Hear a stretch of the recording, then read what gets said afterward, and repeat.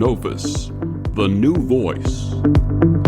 Vox Novus, the new dimension.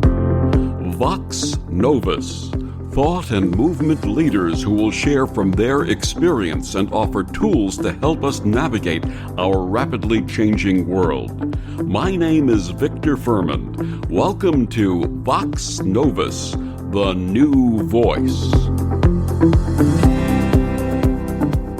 Many are familiar with the term ascended masters, as shared in the 19th and 20th centuries by Theosophists and the New Age movement. Is it possible that the characteristics of these mystical figures are shared with all humanity in a form of spiritual DNA? If so, how may we determine which of the ascended masters' spiritual DNA did we incarnate with? And ultimately, will this lead us to discover the divine essence in each of us? My guest this week on Vox Novus, Carmel Niland, has extensively researched the lives of thousands of individuals across 5,000 years and saw the traits that allowed her to connect each of them to a specific ascended master. In doing so, she's created a way for each of us to find our divine connection. Carmel Niland is the former CEO and leader of various government agencies on gender, racial equality, human rights, and child protection in New South Wales, Australia. She's the author of the best-selling novel, A Darker Magic This Way Comes. She lives in Sydney, Australia. Her website is OurSpiritualDNA.com, and she joins me this week to share her groundbreaking new book, Our Spiritual DNA, 12 Ascended Masters and the Evidence for Our Divine Ancestry. Please join me in welcoming to Vox Novus, Carmel Niland. Welcome, Carmel. Thank you.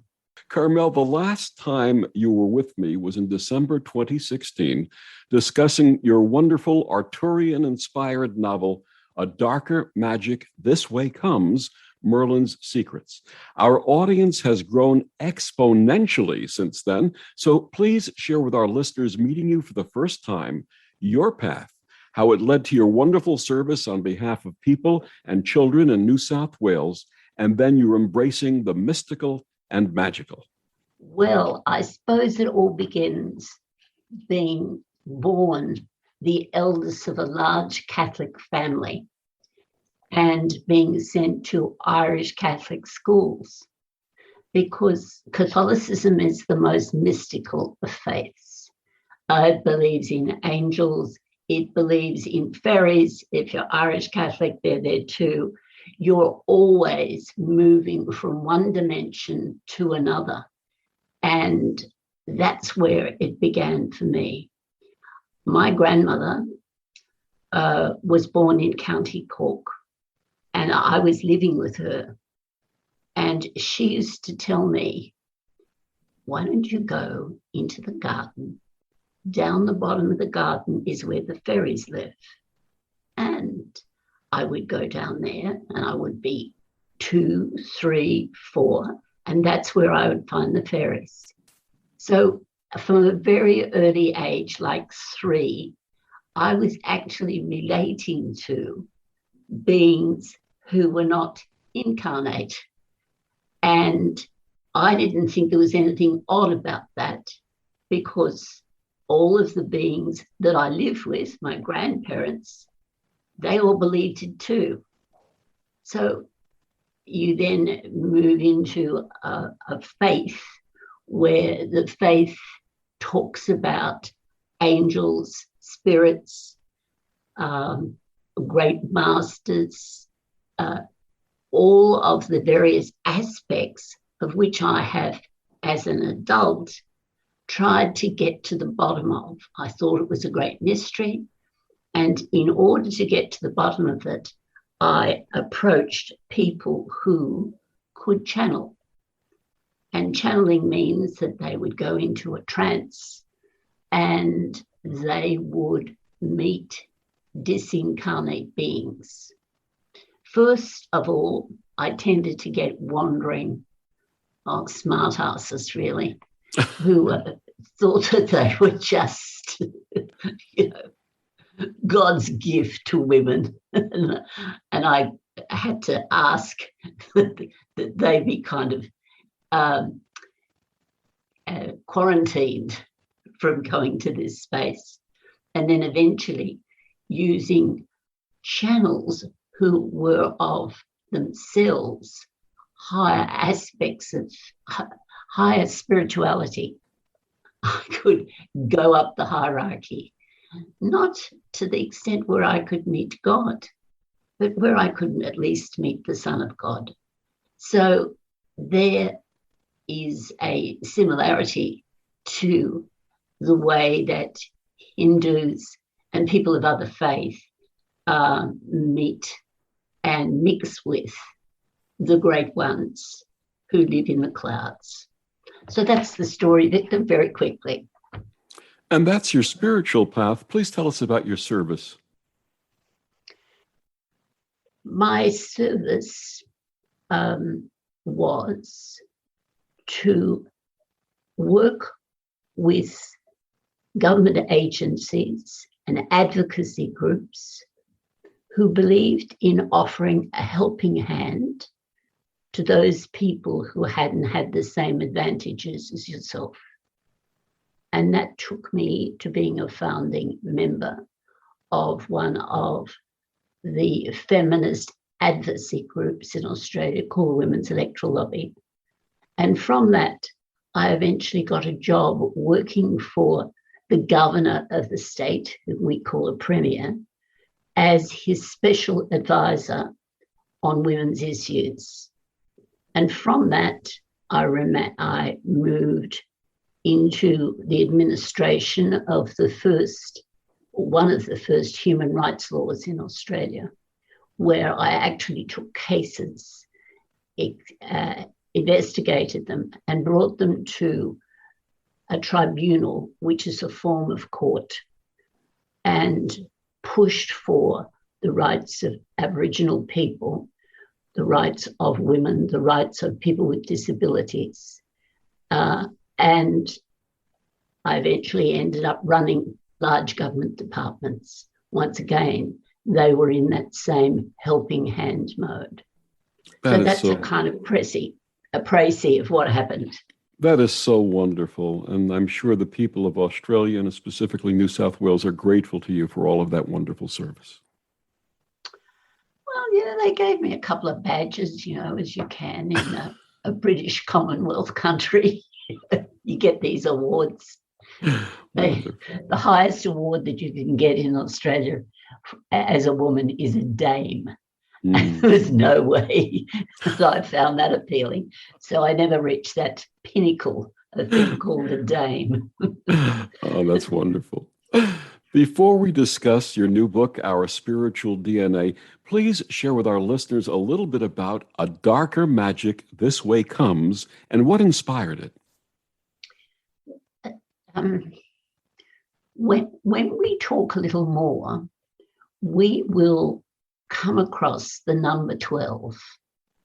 And there are 12 ascended masters, and there are 12 members of the Round Table, and there were 12 apostles.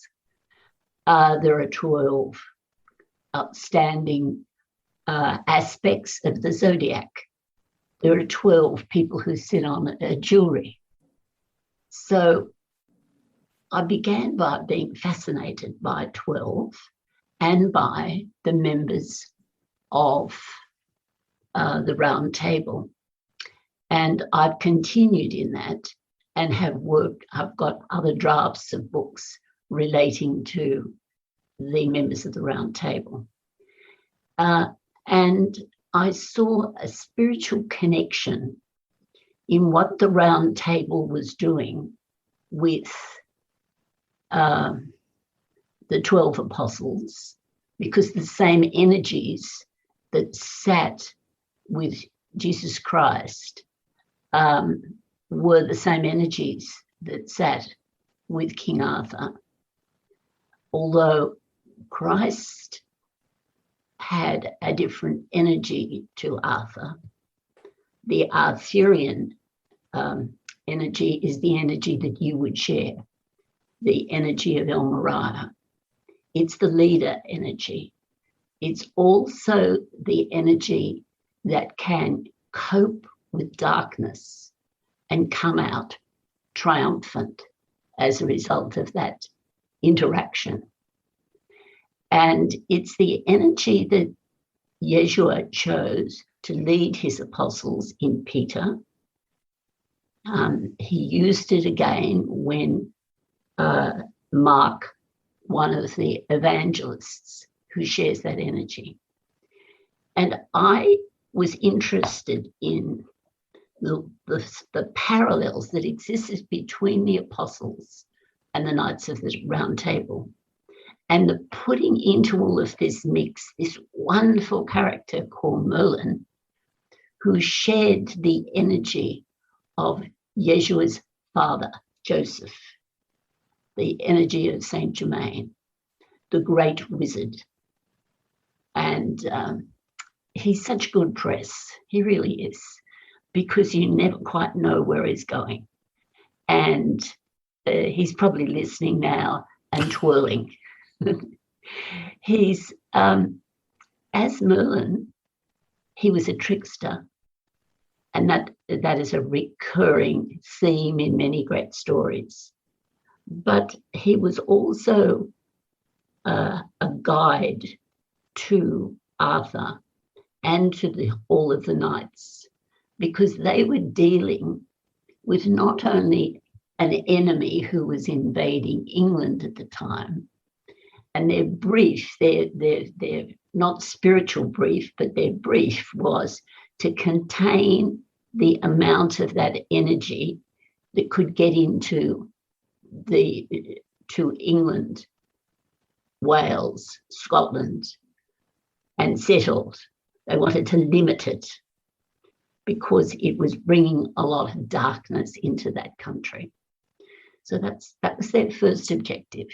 But their second objective was also to increase their spirituality.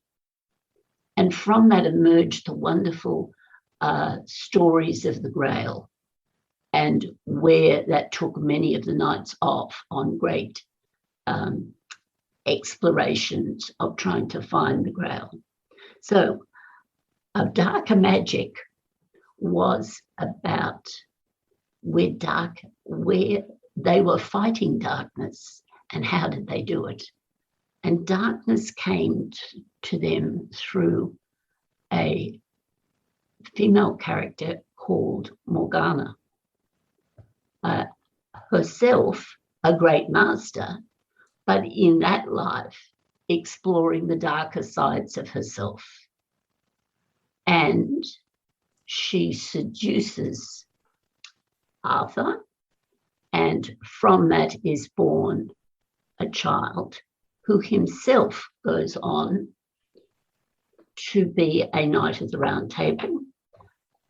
Modred, his name was, and was the eventual killer of the man who was his father, because she seduced Arthur and had Modred as the child. And that's essentially the Grail, the story of about 5 books, which A Darker Magic This Way Comes is only the first one. The second one's called The Curse of the Dragon Kings. And the third one doesn't have a name yet. But it's a re-examining, a reimagining of the Arthurian legend, and keeping in mind always that these are people who we have met before in many other circumstances. Absolutely. What inspired your new book, Our Spiritual DNA? Okay, well, if we're all aspects of God, just take that as a proposition. How does it work? How do you make it work? because it's all very well. Remember my Irish Catholic upbringing. The nuns would say, you're a child of God. Right, okay, well, you believe what you're told, particularly when you're only 7. And it stayed with me. And I thought, now, how does it work? If we are children of God, what's the mechanism? Now, we know how we're children of our parents. Their DNA joins, and we are an amalgam of them through sexual intercourse and then our physical birth. Now, was the same method used to create our connection to God? Possibly. But the concept of DNA made it possible that you could, at the same time you're passing on physical DNA, would be the perfect time to impregnate the human being with their spiritual DNA as well. Now, the spiritual DNA is a light code. So I played with that idea, and then I started talking to what I call upstairs. Upstairs are the people who are not incarnate. And among them are great teachers. I'm fortunate to have as my guide Katumi, who is the world teacher. He's very garrulous. It's often a problem getting him to shut up. But he helped me conceptualize. He has lives as genius, like he was Mozart, for example, so he understands music. But he was also Galileo. And in discussions with him, I came to understand how it worked through a concept of spiritual DNA. If you had a soul, what's in it? And what was in it was a light filament, which was the code of what aspect of God you were. So you're one, I'm a different one. You're male, I'm female. But that doesn't matter. As a female in this life, I've had many lives as males. I used to go really crook. That's an Australian word. I hope you understand it. Get very annoyed. Get very annoyed when I had the opportunity, not often, but occasionally, to speak to Yeshua ben Joseph, and I'd say, where are the women? What are you doing? Where are the women? You know, all these blokes sitting around making decisions about us. That's led to a patriarchy. Okay, his answer was, why are you thinking, looking at their physical form and not their spiritual form? Can you not understand that I would select a range of people who were having a life, this time as a male, so that would be acceptable to the culture that I was living in, but in reality were female beings? And he gave me a list of the apostles who were females. One of them was Philip, and another, not an apostle, but an evangelist, was Luke. Those two immediately come to mind. And there were others as well. Was it equal? No. But, you know, I wasn't running it, he was. And I suppose you've got to pick what's available. But when you have a concept of spiritual DNA and a sense that we are either male or female entities, then you've got a very different feminist perspective on how Christianity Buddhism, a variety of all religions, which appear on the surface to be very male, like Islam, but had within it the female energies operating in key positions as well. That is a wonderful perspective. I had never thought of it that way because of the fact that in that lifetime, the culture demanded patriarchy, but they had that essence of femininity in the feminine divine. Mm-hmm. That's wonderful. Thank you for sharing that. That's an eye-opener for me. Many have heard the term ascended masters and various iterations on who they are and what they do. Let's start with your definition. What is an ascended master? An ascended master is a being, is one of 12 beings, 6 male or masculine and 6 female. So we work constantly with the number 12. And these are beings who agreed to incarnate on planet Earth. Now, if we go to other planets, we may find a different connection. But essentially, this would be the energies of, let me start with El Mariah, because he was Yeshua's choice as St. Peter and as King Arthur. El Mariah, and the female of him is Pallas Athene. So that means the woman who was the goddess of Athens. Moving on, I was speaking a little while ago about Kutumi. Kutumi was one of the famous members of the Round Table. He was Galahad, but he also was the beloved apostle John. The feminine aspect of him is called Lady Portia.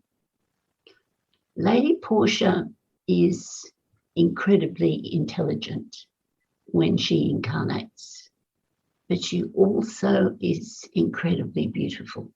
Now, there are some times when she comes in, like as Mother Teresa, where she decides it's not going to be the beautiful, I'm going to do this differently. But if we think of some famous American women like Grace Kelly, for example, or Jacqueline Kennedy, or your current Vice President, Kamala Harris. Now, there is an example of, a perfect example of the female aspect of Kutumi, Lady Portia. My guest this week is Carmel Niland. Her new book, Our Spiritual DNA, 12 Ascended Masters and the Evidence for Our Divine Ancestry. Carmel, please tell our listeners where they can get your book and find out more about you. I think that the easiest way to do is simply to go online and to Google spiritual DNA and include in that Google Carmel Niland, and that will take you to a number of booksellers who have it. And you can also get it in hard copy at some bookstores in the United States. But I would take the online way as being easiest. The website for Our Spiritual DNA is ourspiritualdna.com.au at the end of it. My own personal website would be carmel@niland.com.au. And we'll be back with more of Carmel after these words on the OMTimes Radio Network. The cutting edge of conscious radio, OMTimes Radio, IOM FM. OMTimes Magazine is one of the leading online content providers of positivity, wellness, and personal empowerment. A philanthropic organization, their net proceeds are funneled to support worldwide charity initiatives via Humanity Healing International. Through their commitment to creating community and providing conscious content, they aspire to uplift humanity on a global scale. OMTimes, co-creating a more conscious lifestyle.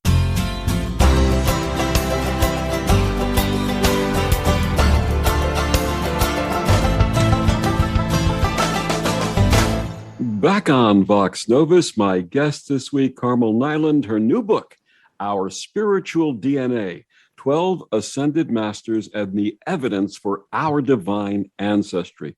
Carmel, before we took the break, you started to talk about all of the Ascended Masters and their feminine counterparts. Please continue. Okay, I think I'll go now to Hilarion. Hilarion is a wonderful energy. We knew him, I'm old enough to know him as JFK, but he is the energy of warriors and of course played a critical role in the Arthurian legend as the father of Arthur, Uther Pendragon. He is often involved in founding religions and of being great ascetics in, for example, Hilarion was Gandhi, not a founder of a religion, but of a person who was beautiful in his spirituality and in his humility.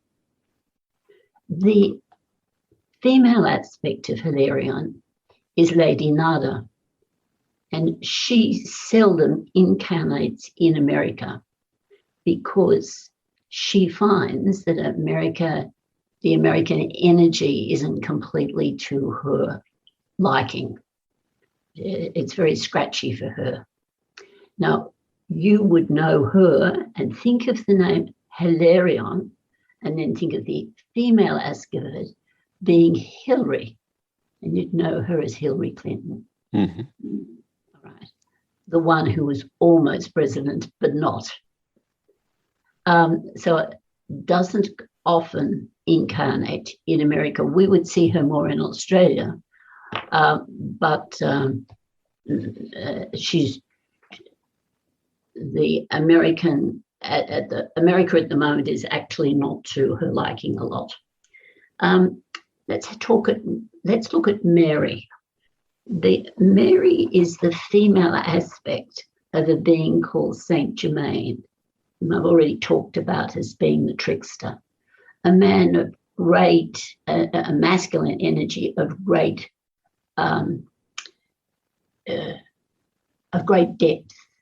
the explorer, the man who, quote, discovered America as Christopher Columbus, the man who composes beautiful symphonies, the perfect ballet dancer. He invented ballet.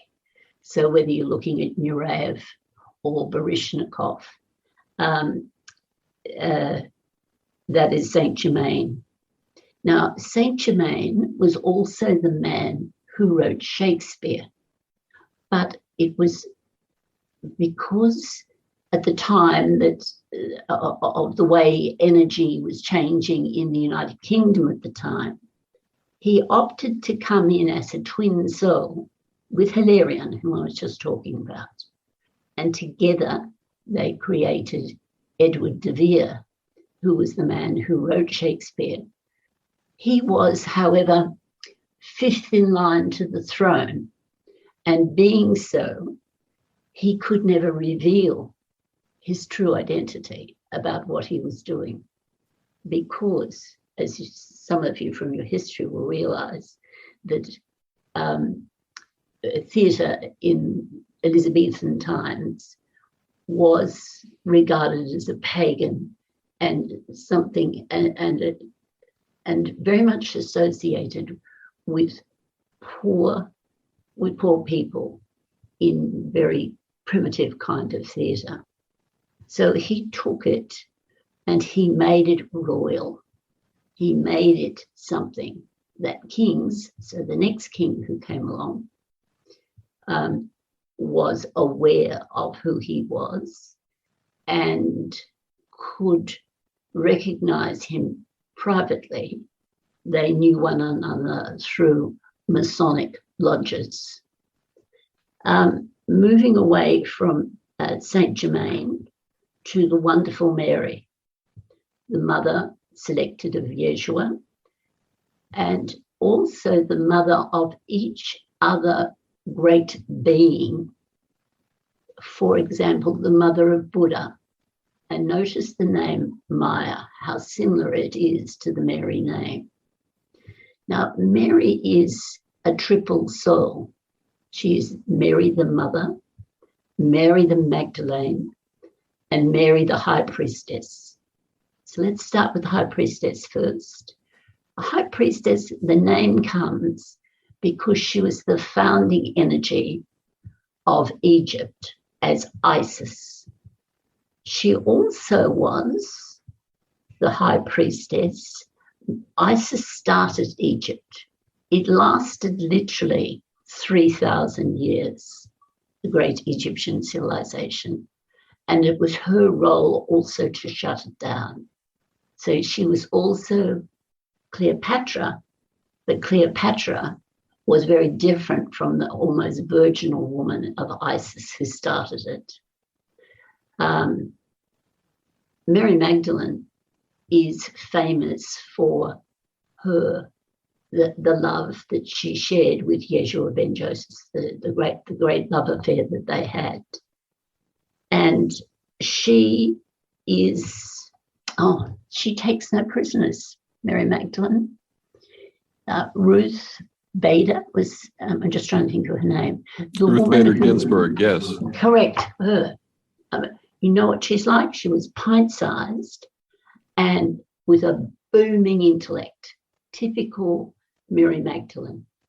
As a matter of fact, I just want to share a story with you. I was having a channeling session and speaking to Yeshua ben Joseph, and I said to him, a famous American aspect just died, and I just referred to her as Ruth. And he said, yes. And I said, and she was an aspect of Mary Magdalene. And she said, she was.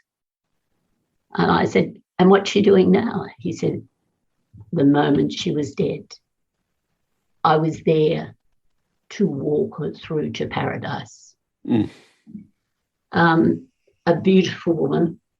So the Magdalene has inspired many of us. I was inspired most, I think, by her writing as Jane Austen, because she was able to capture things that no one had captured before. Witty, yes. Strong and creating sassy kind of women. As sassy as you could get in that century anyway. Moving on now, let's look at someone else. Let's look at Dwalkul. Dwalkul's very interesting. Dwalkul was also, Dwalkul is the mover of immovable objects. Dwalkul was Hercules. Dwalkul comes in and has a life and festers rot. So he comes in and he finds out everything that's wrong and makes it so big that you actually got to see it and deal with it. Now, he was your last president, Donald Trump, but let's put, you can see the Herculean size there in that. But let's just move across to another hero, and that was King George. The George who was king at the time he was working with Winston Churchill to defeat Hitler. A much-loved king, a king who refused to leave London and who stayed there for the whole Blitz. So when you've got an evil force like Hitler, you need the greatest strength. And the greatest strength is the Herculean strength. And he was a king. And now he has been a president too. Now his female is interesting because his female is alive at the moment, but she has chosen to have a male life. Who do you think she is? Go ahead. Vladimir Putin. Ah. So think differently about the relationship between the president, the former president, Donald Trump, and Mr. Putin. So the female aspect of himself is running Russia, and he was running the United States. A bit dodgy, if you ask me, but God must know what he's doing or she's doing. Moving along, who have I not mentioned here? Serapis Bey doesn't incarnate that often. He was Winston Churchill. Serapis Bey gets his name. He was an apostle. He was known as Thomas. Doubting Thomas was usually his full name. Doubting because he never shut up. And he was always questioning every single thing that Yeshua ever said. So that's why he got his name. He's a big bloke, usually when he incarnates, tends to tower over others, but actually quite a gentle soul and very, very, very intelligent. So you want an Einstein, you want an Isaac Newton, that's Serapis Bey. Works with energy in remarkable ways that only really a physicist can understand. You wouldn't want to give him access to the bomb. I mean, he invented it anyway. So that kind of energy. His female aspect seldom incarnates, and you'll find that with a number of the female aspects, because the world has been so patronized, so much run by patriarchy, that their energies are not comfortable in it. However, when she does incarnate, she is incredibly intelligent and incredibly beautiful, and known as Lady Fortunata. Why don't I leave the ascended masters there and we move on? Thank you. Yes. How did you make these connections? I sat down with a person who was a remarkable channel. He's an aspect of El Mariah, so he is used to moving from daylight to night, from moving from one sphere to another. And that is the gift of the El Mariah energy. So the great wizards, some of the great scientists, and some of the greatest presidents, like Abraham Lincoln, have been aspects of El Mariah. They are chosen when you need a leader who doesn't blink. So this friend of mine, was able to channel. He had a gatekeeper, and the gatekeeper's job was that when he opened his crown chakra to allow other energies to use his body or to use his mouth in particular and his brain, you have to have somebody standing there. And this is all done in the spirit, but so if you could imagine someone standing there with a sword or a big cudgel and saying, "Nah, you're not getting in." And this being of darkness, or this being who wanted to come in and blow raspberries and fart, he would say, "Get away from here." So he would make sure that only beings who were of the light could come through. And I probably spent 20 years with him, speaking to all kinds of beings who've lived not only in our society, but in Chinese societies. Occasionally, one who'd incarnated on other planets as well. And from that, I learned a lot. And I had to be like a cow's second stomach. You know, the cow eats voraciously.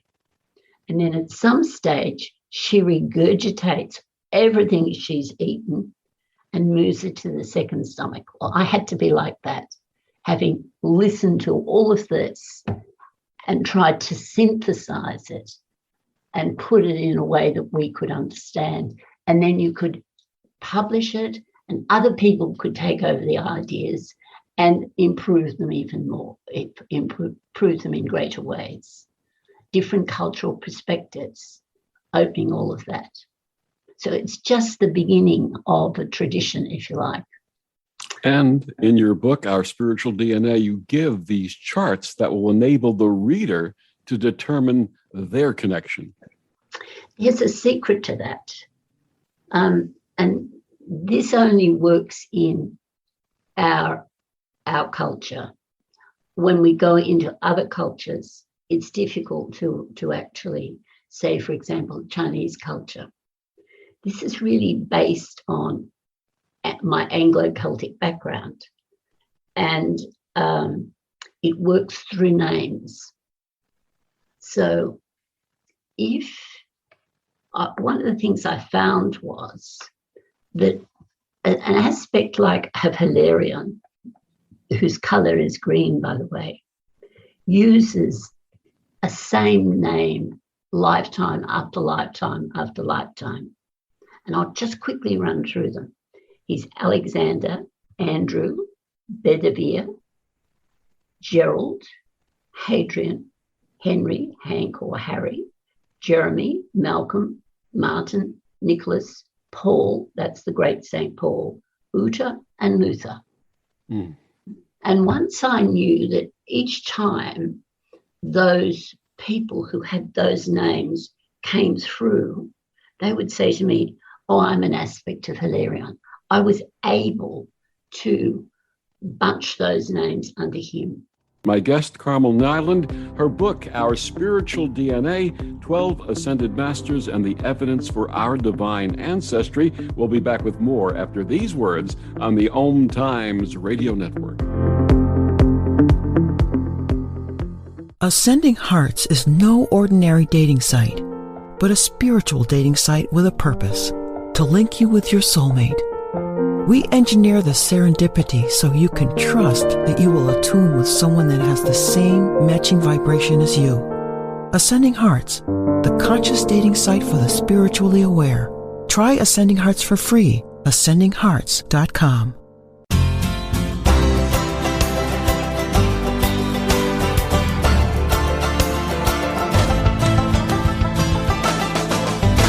Back on Vox Novus, my guest this week, Carmel Niland, her book, Our Spiritual DNA. Carmel, is there duality in spiritual DNA? And if so, why? Yes, there is. A human being who lived on this earth and who is now dead. So the same as we are. But he opted to come in as rotting meat and then set about killing as many people as he could, so they became rotting meat. A vile, vile, dark force. Why did he come in? Because one of the ways that creatures of light like you, Victor, can improve yourself is to experience what God is not. And that way to hone your own sensibility and your own spirituality. I mean, we watch program after program on Hitler. And why do we do it? Well, darkness fascinates us, but it also has many lessons in it for us. And it warns us constantly of the dangers of playing with it. So I think that's why we have evil in the world. So we can hone ourselves. And for sometimes a great master will opt to have a life of darkness. Let's take Saint Germain. Saint Germain opted to have a life as Idi Amin, a vile creature. Why?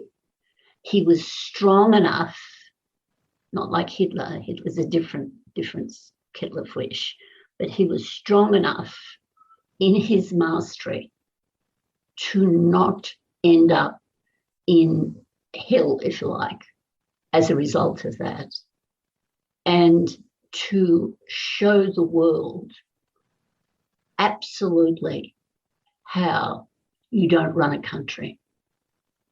So if you can have him running a country in the most sublime way, lifetime after lifetime after lifetime after lifetime, then you have an opportunity, or he took the opportunity, to be everything that God was not. So you can contrast the duality of it. Does that answer your question? Absolutely. Thank you for that. As I had mentioned in the last segment, you offer readers information and charts on how to trace their spiritual DNA and their connection to the Ascended Masters. Let's just humor them for a second. You touched upon this early on. I don't know if our listeners picked up on it, but you gave me mine. Can you tell me how you achieved that information? Right, I will. Okay, I'm just seeing, I was just going to flick over here to a chart, which has the name Victor in it. And Victor is an aspect of El Mariah. How did I get it? Well, some people are leaders of nations. And the word victor, includes in it the notion of victory. And it's a masculine name in which you come across people who are leaders who have that name. And I provide a chart where the name Victor is, and it shows it as being an aspect of El Mariah. Now, a little bit more about El Mariah. We were talking about Hitler. He was an aspect of El Mariah. We were talking about King Arthur and Peter, Saint Peter. He was an aspect of El Mariah. We haven't talked about a great author like Leon Tolstoy. Similarly, an aspect of El Mariah. How do I find these things out? I find these things, like, as I told you, are like the cow's second stomach. I gather all the information, I look for threads, I then test the threads and put it up and check it. And yes, this energy is not only a foundation energy, but it's also an energy of great warriors. So think of Mark Antony, think of Montgomery, think of Abraham Lincoln or Abraham himself. So a person who is at the head of everything. I used to laugh in Sydney. I don't know if the same is true here, but when I was doing these charts and trying to work out who everybody was, I would come across the name Robert. And Robert was the favourite name of every banker in Sydney. And of course, it's shortened to Bob occasionally, but more frequently to Rob. And they never saw the joke in this, that all these bloody bankers get poor Rob. But so funny. You need someone to lead, you need someone to deal with complexity. These are the kinds of the aspects of El Mariah. With all of the issues our world is facing today, how may understanding our divine ancestry bring us together? If I could make a joke, you could think that we, as we live our lives, have to have the experience of not only getting our toes wet, but of dealing with darkness. And as we deal with darkness, we can literally lose our soul. So, for example, let me give you one example of it, because I was studying Saint Germain, and this was an aspect of him. This was Goebbels. And I asked the question, who is Goebbels today? Do we still deal with him? And he said to me, no, we do not. He was destroyed after his life as an associate of Hitler. Mm. So we need sometimes people who are prepared to take something of darkness and to test themselves in the kind of furnace of fire and come out embellished or come out melted, and as a result cease to exist, like Goebbels has. I shared this with you briefly before we started the interview. I recently became aware of a wonderful Hindu legend about a time when all humans were gods, but they abused their divinity, and Brahma, the chief god, called together a council of all the other gods to determine how to prevent the humans from misusing their divinity, and they all suggested that it be hidden somewhere, either buried deep in the earth, on the top of the highest mountain, at the bottom of the ocean. And to each response, Brahma said, that will never work because the humans will eventually find it. And then Brahma thought and he said, I know, we'll hide it inside the human because they'll never look for it there. Is what you offer in our spiritual DNA the culmination of our search for that divine within each of us? Correct. Absolutely. That's your God center. That's where Brahma hid who you really were. It's there in your spiritual DNA. You'll have it lifetime after lifetime after lifetime after lifetime. You'll keep incarnating until you ascend. And then having a little yarn with God, you might decide to try a new planet or to try something different. It doesn't matter whether you are an angel, an angelic being, or whether you are a being who seldom incarnates. You still have the same DNA, the same spiritual DNA. From your moment of creation until you ascend to the point where you no longer have to incarnate at all, still the same. So you will always be an El Morai. You'll always be like Abraham Lincoln. You'll always be like King Arthur, and you'll always be like some of our greatest kings that we've ever had. And that would be very, very difficult to aspire to, and I'll try my very best. You're a fine communicator, and you've got to have a life where you catch up on the messy bits. Yeah. And the messy bits are where you marry who you really want to, whether you explore a different sexuality, whether you really sit down and play the piano for the whole time in a honky-tonk bar. You've got to have those things. John Lennon's a very good example, an aspect of Kutumi. And he said, I'm not, so busy inventing this. But he was the marvelous president of the United States during World War II. And he said, I needed a rest. So he came in as John Lennon. and ended up assassinated. Oh, my guest, Carmel Niland, her book, Our Spiritual DNA, 12 Ascended Masters and the Evidence for Our Divine Ancestry. Carmel, please, one more time, tell our listeners where they can get your book and find out more about you. Let's go online, and you can go online tagging the name of the book, Your Spiritual DNA, and that will lead you to a variety of websites where it will be available. Pick your favorite one. And your website. And my website is carmel@niland.com.au. That is my email address as well. But if you use my name, it will take you to my website. There is also a website for A Darker Magic This Way Comes. There is another one for Your Spiritual DNA. All of them will lead you on to other adventures. And it's always an adventure and a joy to speak with you, my friend. Thank you so much for joining us. Thank you so much, Victor.